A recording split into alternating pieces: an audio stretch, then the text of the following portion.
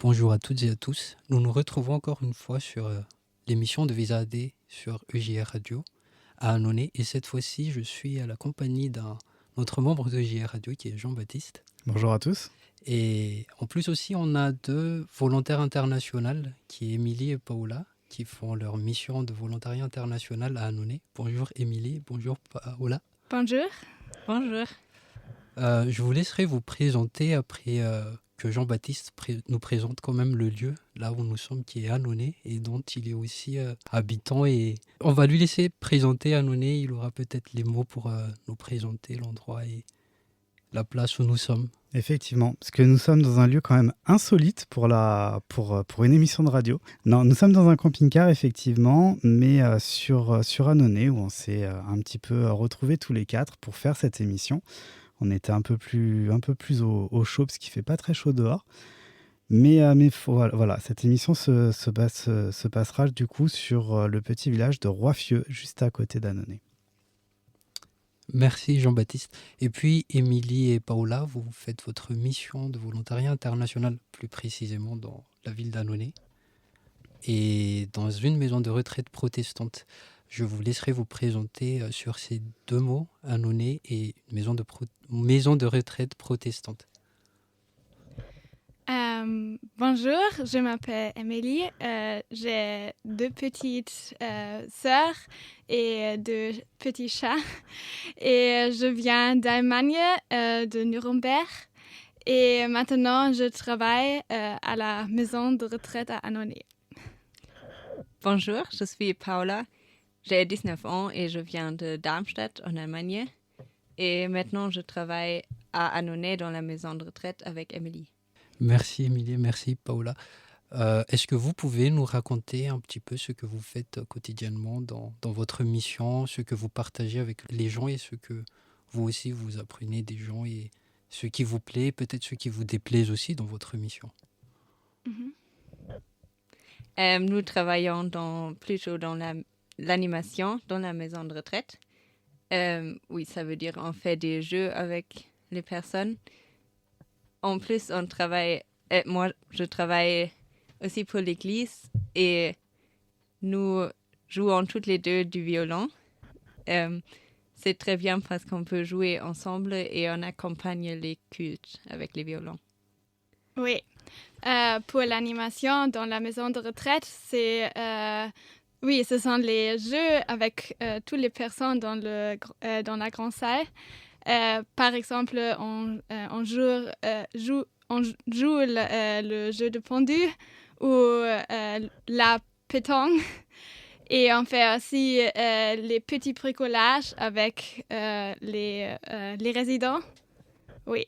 Et on fait aussi les balades dans le parc de la maison de retraite.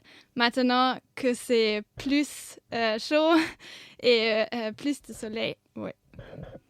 Oui, on a aussi un projet avec la crèche à Annonay et à Pocre, c'est à côté. Et on se retrouve quelquefois avec les enfants et ils viennent nous visiter et nous allons les visiter.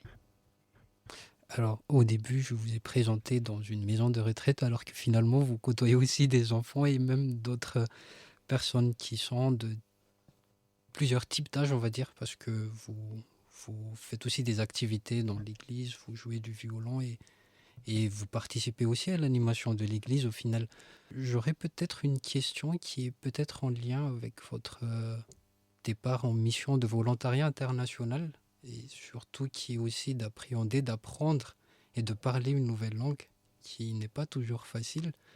Pour vous, au début, c'était comment l'appréhension? Qu'est-ce que vous vous êtes dit au début quand vous vous êtes dit « Nous, on va aller en France et faire une mission de volontariat international » ? Oui, notre niveau était très différent. Pour moi, oui, mon niveau était très mauvais parce que j'ai commencé à apprendre la langue 8 mois avant de venir à France. Et oui, c'était très bien quand même, mais j'ai pas compris beaucoup quand je suis arrivée. Oui, mais d'être dans un autre pays a aidé beaucoup d'apprendre la langue. Oui. Oui, j'ai appris la langue française à l'école et c'est aussi pourquoi j'avais envie d'aller en France et oui, améliorer mon français. En plus des activités dans la mission, dans la maison de retraite et de l'église et la crèche, il me semble aussi que vous avez des activités en dehors de tout ça qui vous permettent de s'occuper, de trouver aussi un petit moment de plaisir. Est-ce que vous pouvez nous partager tout ça? Oui, car nous sommes dans une maison de retraite, nous passons beaucoup de temps avec les personnes âgées et ils sont surtout chaleureusement envers nous. Nous sommes les petites Allemands. Oui, et c'est aussi bien de passer des temps avec les personnes en jouant, en faire des activités avec les personnes âgées. Aussi aller dans le parc parce qu'il y a des personnes qui ne peuvent pas aller se promener eux-mêmes. Oui. Est-ce que vous avez appris quelque chose à part la langue et bien aussi de connaître des gens? Est-ce qu'il y avait eu des choses que vous vous êtes dit, ça, on l'a appris pendant cette mission et que autrement on ne l'aurait pas pu apprendre Oui, premièrement, de toute façon, la langue française. Et il y a toujours quelques expressions que les résidents nous apprennent et qui sont nouveaux, les expressions.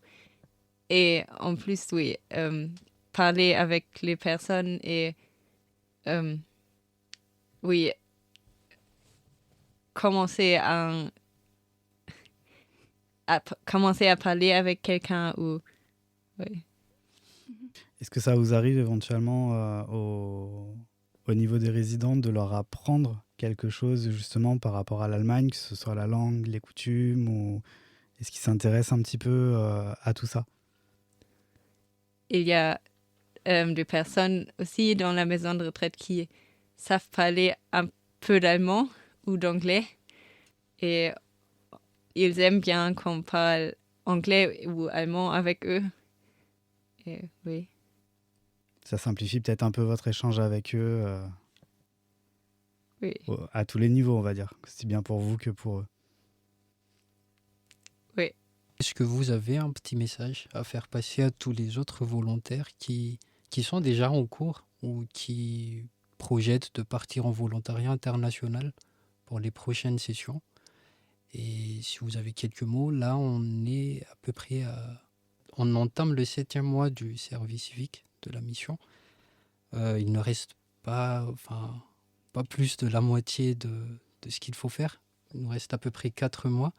Comment vous appréhendez la fin de la mission et peut-être un petit mot pour encourager aussi les autres volontaires de leur côté?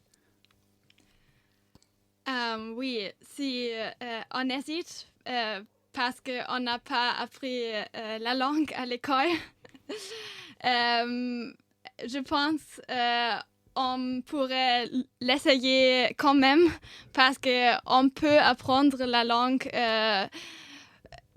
peut-être pas très facile, mais plus facile quand on est aussi dans le pays. Et on y arrive. Et oui, je pense que c'est bien si on commence à apprendre pour soi-même en avance. C'était bien pour moi. Et je pense que mon début était plus facile comme ça parce que j'étais déjà un vocabulaire. Oui. Oui, je crois aussi que c'est une bonne expérience. Et oui, on apprend beaucoup aussi si on ne veut pas forcément faire ça après, si on a d'autres plans pour faire après le service civique. Mais oui, c'est quand même une très bonne expérience. J'aurais quand même une dernière question. C'est une fois votre service civique à toutes les deux fini, que vous allez retourner en Allemagne, quels sont vos projets pour après? Pour moi, je veux faire des études. Je veux revenir en Allemagne et je pense à faire des études de la physique. Je voudrais aussi commencer mes études, mais j'hésite encore. Et ce serait des études de quoi? J'hésite entre plusieurs domaines. Oui. Et au niveau du service civique, qu'est-ce qui vous aura appris réellement en France? Qu'est-ce que vous aurez appris pendant cette année? Qu'est-ce qui vous aura peut-être fait découvrir la chose la plus flagrante pour vous? Je pense qu'il y a plusieurs choses. Oui, je pense l'expérience avec les personnes âgées. Il y a avec les personnes âgées, mais aussi habiter sans sa famille. Je pense que c'était aussi une expérience. J'ai une phrase, je ne sais pas si c'est une anecdote, mais j'ai une phrase des résidents qu'on m'a appris. Je ne suis pas sûre si c'est une anecdote, mais je ne parle plus français comme une vache espagnole. Merci Paola, merci Émilie et merci Jean-Baptiste d'avoir été à notre compagnie. On arrive à la fin de l'émission et on se dit à la prochaine. Oui, à la À la prochaine. prochaine.